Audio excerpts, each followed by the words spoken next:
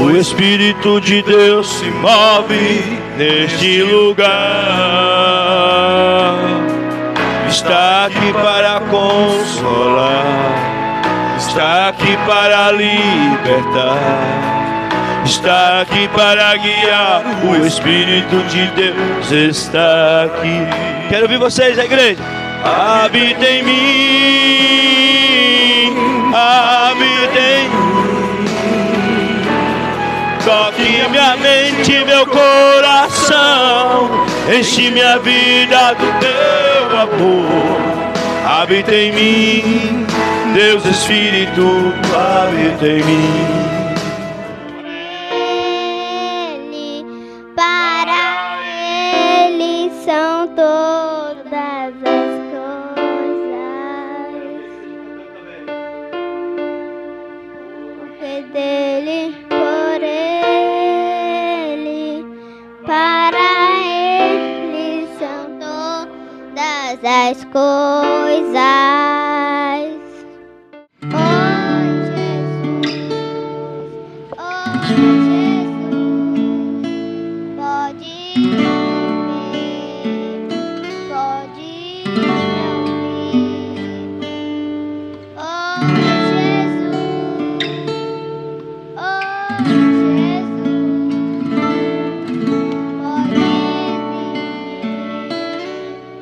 pode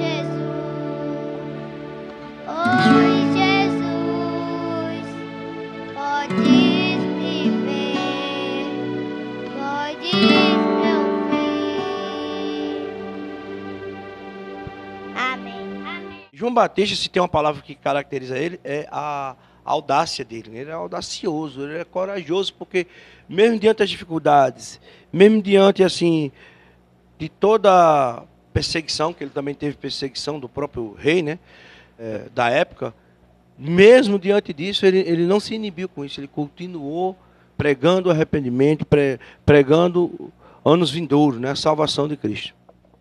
Na verdade, é o dever de todos os cristãos, né? Como na Bíblia diz, e de pregar o evangelho a todas as criaturas.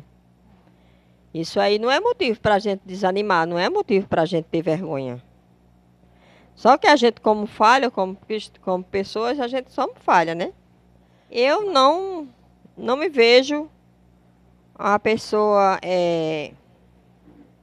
capacitada, assim, tipo, entendedora, né? Assim, porque assim, eu sou uma pessoa que eu entendo o evangelho, sei que é tudo que está na Bíblia, que a gente que se explica. Naquele momento eu sei que eu estou ali, escutando a palavra de Deus e me sinto renovada quando eu estou dentro da igreja, quando eu estou escutando a pregação. Mas só que, assim, eu não sei o que acontece, porque, assim, muitas vezes, às vezes, eu até tento falar de Jesus para as outras pessoas, né, para as pessoas, mas, assim, as pessoas distorcem muito a palavra de Deus, né? Aí eu não me vejo a pessoa certa, indicada para falar, porque, assim, muitas vezes a gente se perde, né? Porque, às vezes, a gente pega as pessoas que entendem. E sei que isso não é motivo, não é para a gente desistir, para a gente se envergonhar do Evangelho, mas a gente, infelizmente, como pessoas, somos falhas e a gente se sente envergonhado de falar para aquela pessoa que, meu Deus, essa pessoa não conhece a palavra, essa pessoa não é da igreja e parece entender mais do que a gente que está ali dentro da igreja. Na verdade, para você explicar a Bíblia para uma pessoa, você tem que ser muito sábio, né? Entender mesmo, para explicar, para não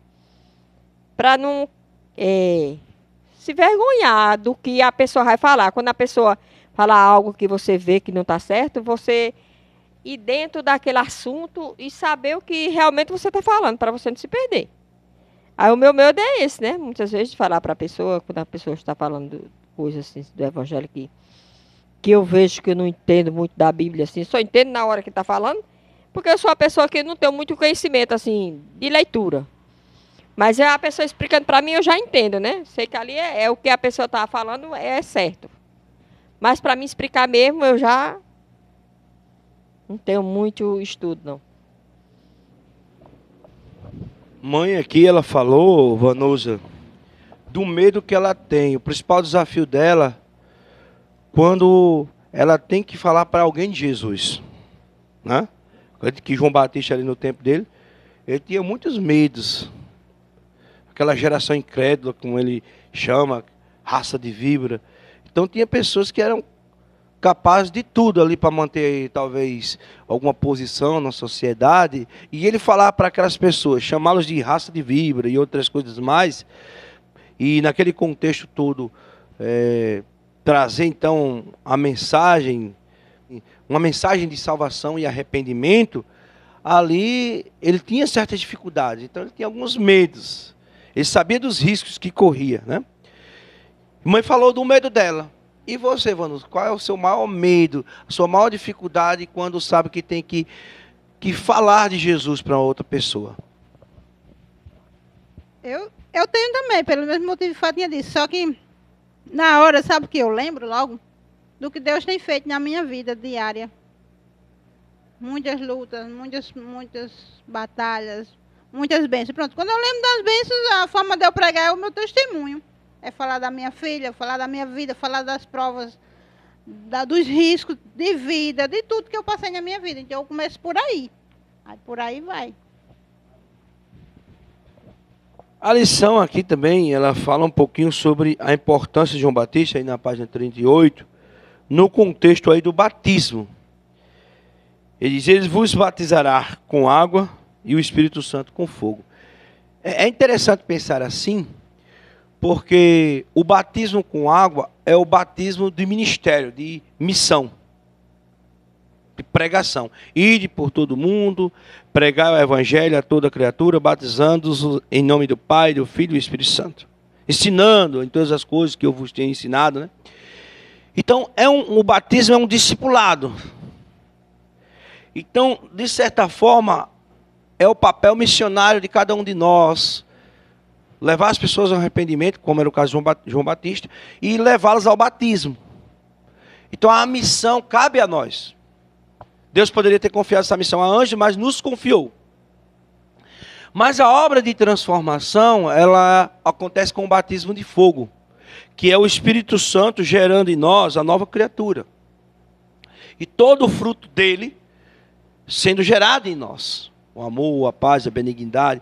Então, nós temos essa missão de batizar com água.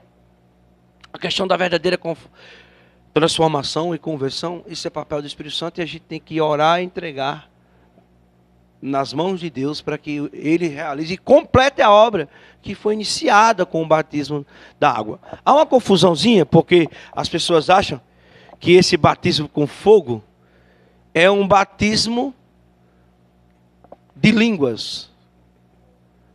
E às vezes a única associação que se faz a esse batismo com fogo, seja um batismo de línguas, seja pela questão, Vanusa, porque diz que tinha língua de fogo lá. Mas não há referência. A gente sabe que a característica do fogo é a purificação, é a transformação. O apóstolo Pedro lá na frente vai dizer, né, que nós somos como ouro, refinado pelo fogo. Então, de certa forma, é o Espírito Santo nos purificando. Como é que tem uma linguagem que chama do oríves, que fica nos... Está chegando a palavra... eu não vou lembrar a palavra agora, mas quando eu lembrar, né, mas que o Espírito Santo fica nos... Eu vou usar depurando, mas é outra palavrinha que agora não me vem à memória. Então, de certa forma, essa é a obra do Espírito Santo. É bom lembrar que antes de Atos 2, que ali a gente precisa ir lá e entender todo aquele contexto das línguas de fogo do Pentecoste, porque ali tinha pessoas, e o texto bíblico é claro, que dizia como é que nós podemos ouvir esses homens falando na nossa própria língua materna, o termo para traduzir a língua materna. Então nós temos todo um contexto ali do dom de línguas, que é aquele contexto ali, não é? A gente não pode interpretar de outra forma, achar que uma emoção, um estágio emocional grande, seja o Espírito Santo. É um momento de estágio de emoção, mas a obra do Espírito Santo é muito maior. A obra do Espírito Santo é de mudança, de transformação, regeneração do crente.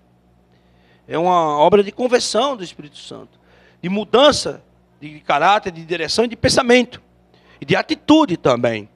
Então, nesse sentido, nós podemos dizer que o batismo com fogo não está relacionado, de certa forma, à língua, até porque não há nenhuma manifestação antes do Pentecostes, de Atos 2. Né? Então, ninguém vê aqueles discípulos de João recebendo línguas e depois que foi batizado falando. Não é isso. A gente vê ali um papel de conversão, de arrependimento, de mudança de vida, transformação e atitude. Veja aqui que João Batista sabia qual era o papel dele nesse contexto. Porque, como eu estava falando, quando Jesus veio até ele para ser batizado por João Batista, o que é que ele disse? Não aceito isso. Eu é que deveria ser batizado por ti, e tu vens a mim para ser batizado? Então, João Batista sabia o lugar dele. Ele estava ali para anunciar o Messias, preparar o caminho de Messias. Mas chegaria um momento que ele, assim como nós falamos semana passada de Maria, né, que ele deveria sair de cena. E agora dizer, não, agora Jesus é o Senhor. Daqui para frente é o Senhor. Eu vim até aqui, eu batizei, eu convoquei o povo ao arrependimento, à mudança de vida, mas a minha missão se encerra aqui. O Senhor chegou. Ele sabia que agora ele deveria ser uma figura de bastidor. Ele saberia que seria um exemplo, um retrato de nossa fé, se ele não tivesse mais em cena.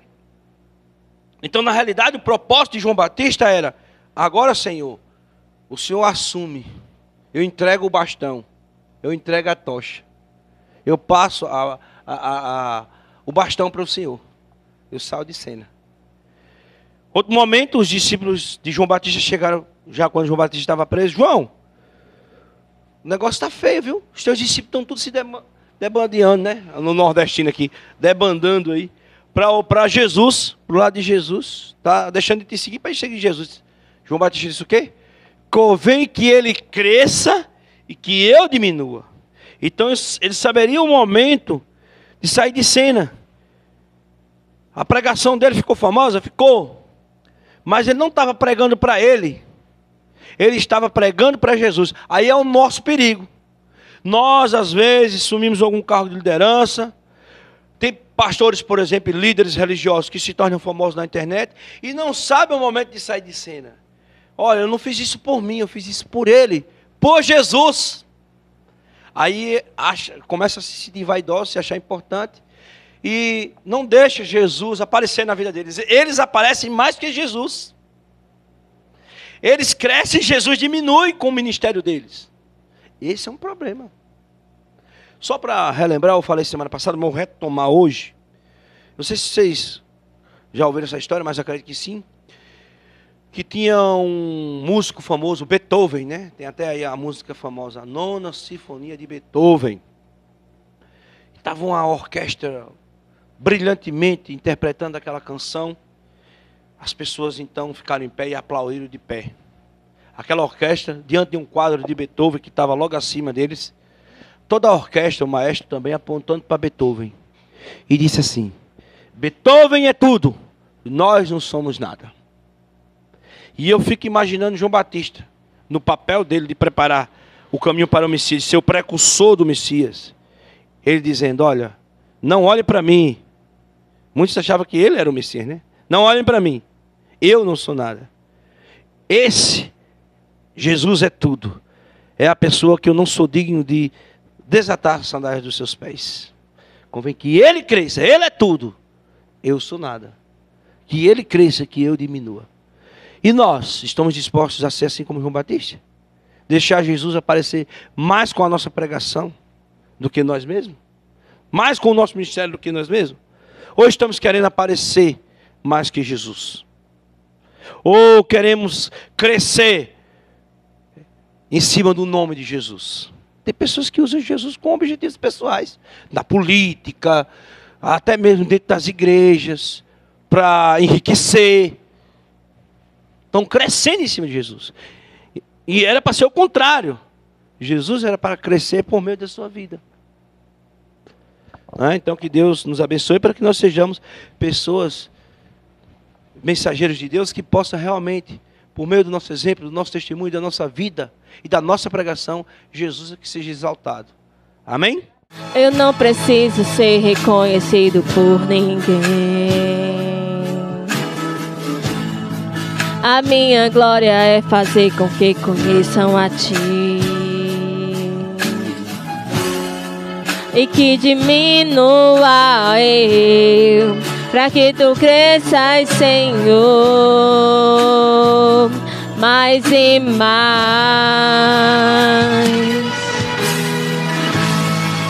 E como os serafins se cobrem o rosto ante a Ti. Escondo o rosto para que vejam Tua face em mim. E que diminua eu, para que Tu cresças, Senhor, mais e mais. No Santo dos Santos, a fumaça me esconde, só Teus olhos me veem. Debaixo de Tuas asas é o meu abrigo, meu lugar secreto. Só Tua graça me basta, Tua presença é meu prazer. Jesus, obrigado pela oportunidade de nos reunirmos em Tua santa casa.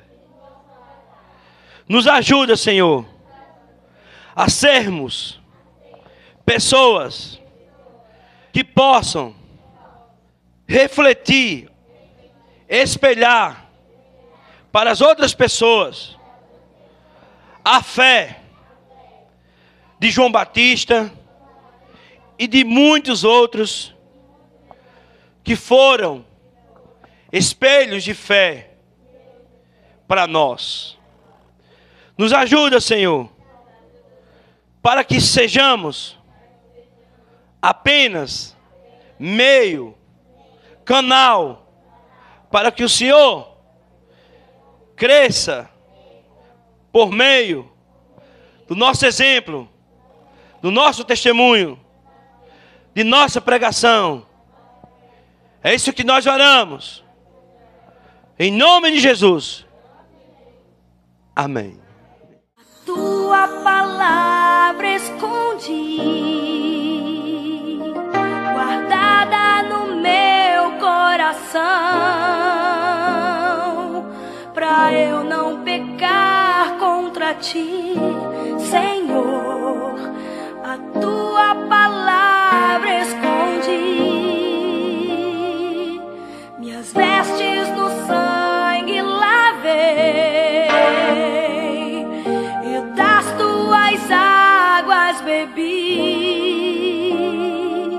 pra ser uma oferta agradável a ti, minha vida a ti consagrei.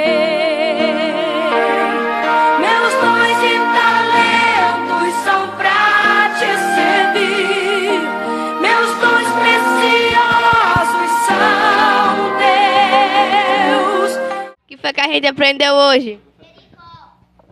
Jericó era o quê? Uma cidade. O que aconteceu lá?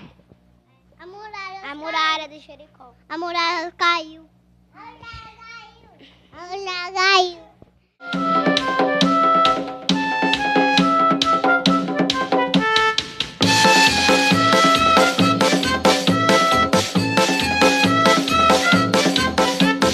Vem com Josué lutar em Jericó, Jericó, Jericó.